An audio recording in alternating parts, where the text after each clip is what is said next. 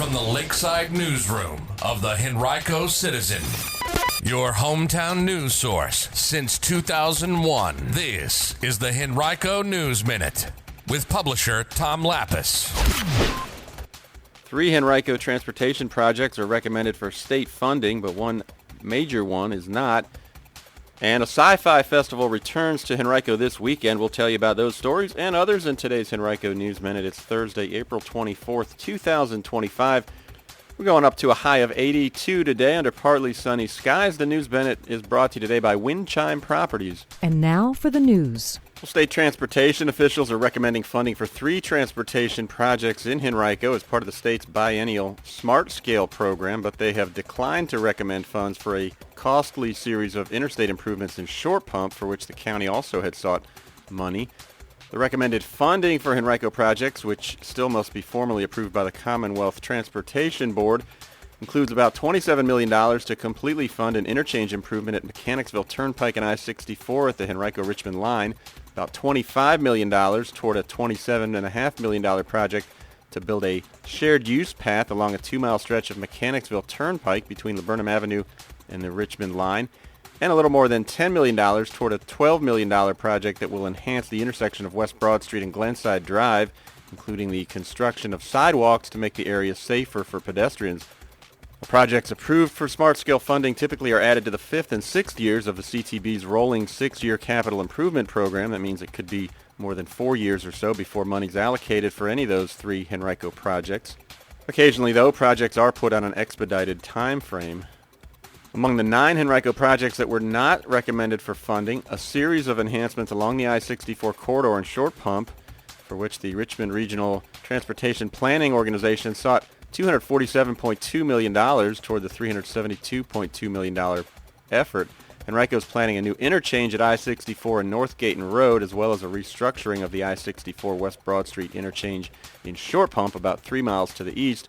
Both are designed to help reduce congestion in the area. You can read much more about all of these proposed projects right now on our website, henricocitizen.com. A Henrico teenager was arrested over the weekend after driving nearly 140 miles an hour on I-64 West.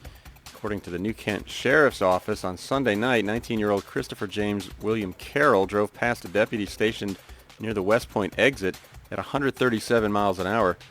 He outraced the deputy, exited the highway at the Providence Forge exit, and started heading north on North Courthouse Road at high speeds. That deputy lost sight of him, but another ultimately caught up with him.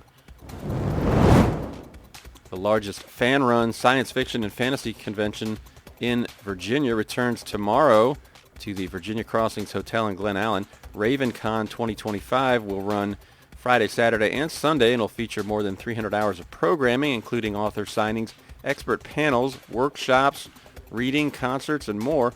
Fans can participate in cosplay and costume contests, an escape room, art show, and a wide variety of family-friendly activities. The convention also will feature the Ultimate Blanket Fort competition, during which contestants will have 45 minutes to build the most imaginative blanket fort they can create. You can learn more about the event right now on our website, henricocitizen.com. A 21-year-old Henrico man has been sentenced to prison for his involvement in a crash that claimed the lives of 3 JMU students 2 years ago. Campbell Fortune was sentenced to 90 days in prison along with 7 years of supervised probation. Initially, he could have faced up to a year behind bars. Fortune was sentenced after he pleaded no contest to 2 misdemeanors, speeding and negligent homicide. At the time of the incident in 2023, he was acting as the designated driver when the deadly crash occurred, resulting in the deaths of 19-year-olds John Luke Ferguson and Nicholas Troutman and 20-year-old Joshua Martis. The car they were in crashed into a tree at 95 miles an hour in West Virginia. Sources said the group was returning from a gentleman's club at the time of the crash. Today's Henrico News Minute has been brought to you by Wind Chime Properties. Let Wind Chime Properties make your home ownership or investment dream a reality. They can connect you to grants or other funds depending upon your situation and run your investment portfolio numbers, whether you're looking in the greater Richmond area or Sandbridge, Virginia Beach area. Call 804-451-5601 or visit them at windchimeproperties.com.